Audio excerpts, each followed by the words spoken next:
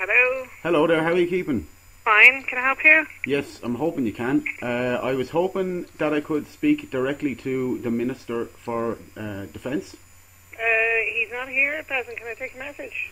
Well, yeah, you probably can. I'm wondering how to go about reporting what I suspect is chemical warfare taking place in the skies of Ireland on a daily basis. Okay, you can... Do you have details? I do. Okay, do you want to send us an email with the details? I will do that, yeah.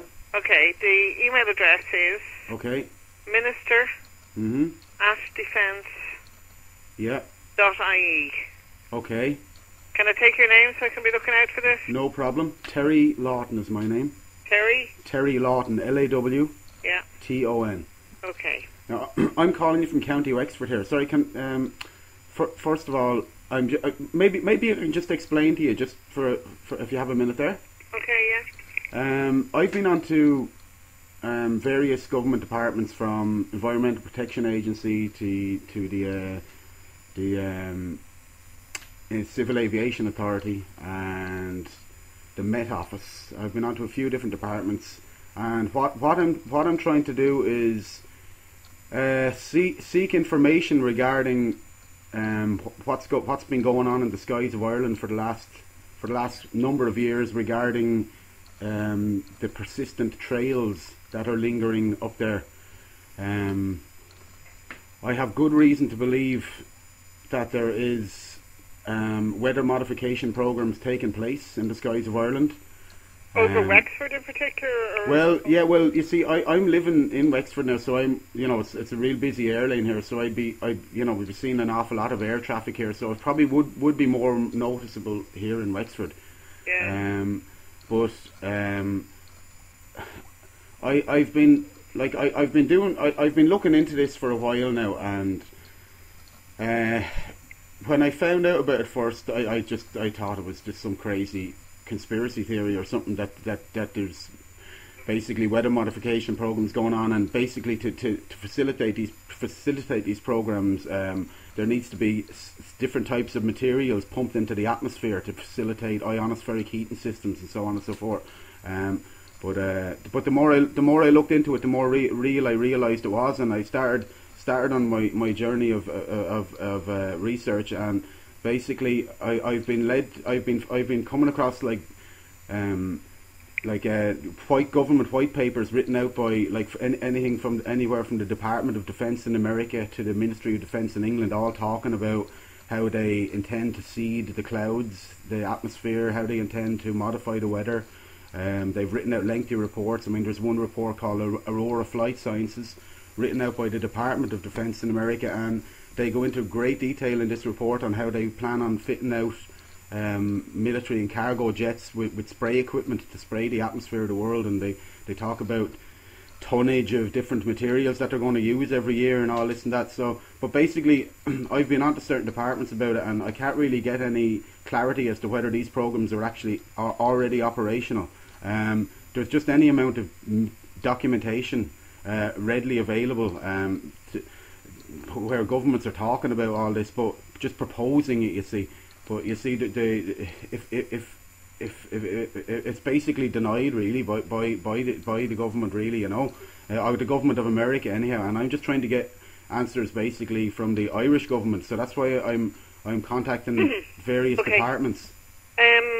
Terry, have you been in touch with the U.S. Department of Defence? I haven't been directly in touch. I've tried to ring them on a number of occasions, but I just... You say that they have issued these papers on weather modifications? They have? Right. Sorry, say that again, Dave, what? They've issued papers on this, have they? You're asking me. Oh, yes, they have, yeah. Yeah, and what organisation exactly is issuing these documentations? The Department of Defence. Their stamp is on one of these. The U.S. Department of Defence. U.S. Department of Defence. Okay. Now I want to send you on. I'm going to send you on that particular document. It's called Aurora Flight Sciences. But Aurora Flight Sciences. Aurora Flight Sciences, yeah. Okay, and I mean, is that a part of the U.S. Department of Defence? Oh yeah, no, this is a particular report written out by their scientists. And okay, it's just, I mean, Aurora Flight Sciences sounds to me like a company. Oh yeah. But are you saying it's part of the government of the US? Oh yes, yeah, it's a military department. Like, I've got patents here, like military patents, going back to as far as the 1920s, all talking about like mentioning cloud seeding, atmospheric manipulation for the purposes of modifying the weather for economic gain. I mean, there's any amount of patents. I've got hundreds of patents with US military, with US government and US military stamps on them. I can send you in any amount of information, all verifiable, government stamped. There's just mountains, as I said, of evidence. I mean, there's another paper you could refer to. I'll send that to you as well. It's called the House of Commons Regulation on Geoengineering, and basically it was written out by the Science and Technology Committee in 2009, and of the House of Commons, and this goes into how they plan on regulating the practice of geoengineering. Geoengineering is the term that they use basically for weather modification, and they go into great length into this on how they plan on pumping a certain amount of different types of sulfuric acids into the atmosphere every year to facilitate these programs again, you know. So that's another lengthy document, you know, and it's just the list goes on and on and on, and I mean, are they saying there's a benefit to pumping sulfuric acid into the air? Well, basically, one of the main geoengineers for one of the main the pioneering geoengineers for the US government, his name is David Keith. Now, and he has been at geoengineering conferences all around America. I've looked at them. I've looked at these conferences live on C-SPAN television, and he talks about how he plans on how they plan on releasing anything up to 200 million tons of aluminium oxide into the world's atmosphere every year. And when he was questioned about have they done any health impact statements, or have they done any health impact studies on this type of application, he said, well, no, we haven't yet, as yet. Okay. But when he's questioned about whether these programs are going on, he denies their existence. He says they're not going on. But this guy, David Keith is his name, he's been on chat shows all around America in the last couple of months talking openly about this. These videos are going up on YouTube, and they're being taken down on YouTube by the government and everything over there. So I know there's stuff going on that the government over there don't want the people to know about, and there's just so much going on. And I'm seeing all this stuff going on in the skies every day, basically. I'm seeing these trails lingering and expanding out into wide cloud banks and blocking out the sun. And it's very real what I'm seeing, because I've got water samples tested for all of the materials that are listed out and named in all of these patents going back to the 1920s, and they all show conclusively they all show conclusively that all of these evidence, or all of these elements and all of these materials are present in the water.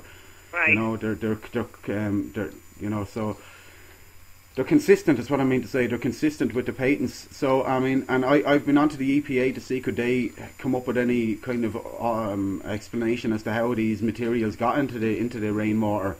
And they say that they don't do rainwater tests. They only test the air. And they say that their air quality is perfect and all this. But I've been reading reports from all around the world that the air quality is aluminium is thousands of times what it should be, alarmingly high rates. Yeah. But it's just I'm coming across just so much evidence to back up the fact that this is going on. I mean, I don't want to believe this is going on. I don't want to be making this phone call. I don't want to be phoning government departments and seeing this is going on. It's the last thing I want to be doing. But I'm pushed to the point now where I've phoned into radio stations. They don't want to talk about it. They won't talk about it. Southeast Radio allowed me on the radio after basically 2 years of phoning them in. They allowed me on. They gave me 10 minutes in the studio to talk about this, and which I really appreciated. And it's just basically I'm just trying to draw attention to this. I'm not expecting that you guys know anything about this. I'm just trying to draw your attention to it, and I want to link some information to you. I want to get information to you, yeah. and all these government departments basically. So can I just ask you, have you ever heard yourself of anything like this? Any of these programs going on yourself? No. Okay. Yeah. Yeah, it's it's a great kept secret. Yeah. Basically, Terry, I think if you want to send us an email, yeah, you know, we can bring it to the minister's attention, certainly. yeah. But you know, unless, I mean, if you're just talking about like sort of normal passenger jets going over and the contrail behind them, Yeah. I don't think that's really any significant proof of. Okay, well, basically, what I'm talking about is not just condensation that's been left behind. They're not contrails as a contrail would have been like in the past. You know, I'm looking back at my old albums and photo albums, and I just cannot see for the life of me. I cannot see one photograph before 1995. This is when this program was put into place. Around the mid-90s, I cannot see one photograph of my photo albums, and I have thousands of photographs here. My parents have thousands of photos.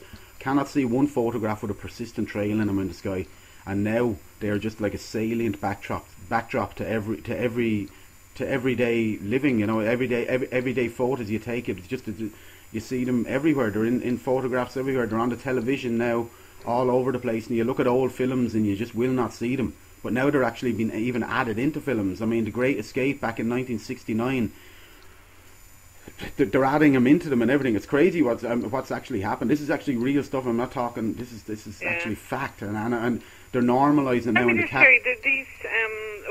I mean, what do you suspect that this is doing? When you say weather modifications, I mean, what are they trying to create rain or? Well, basically, yeah. Well, look I tell you now. Being new to this information, it's very hard to understand. The first question people ask is when you tell them this kind of stuff, you go, why would anybody want to control the weather? First of all, like the world's 80% of the world's economy is weather sensitive. So if you can control the weather, basically you can control the world. Yeah. You know, to control the weather is the most powerful tool known to man. It's even more It's more powerful than nuclear weapons. It's more powerful than any standing human or robotic army. It's the most powerful weapon known to man, and JFK talked about controlling the weather back in 1961, September 25th at the United Nations General Assembly. He talked about how the US military-industrial complex sought to predict the weather and to eventually control it.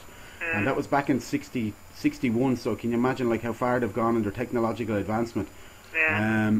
You see, yeah, and like,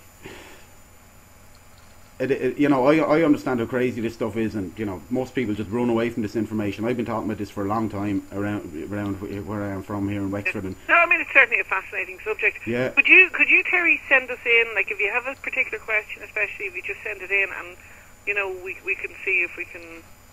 Yeah.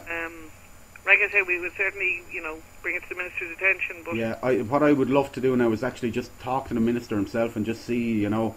But I'd like to get him some information first, you know, so he can do a bit of research on it himself and all, obviously, you know.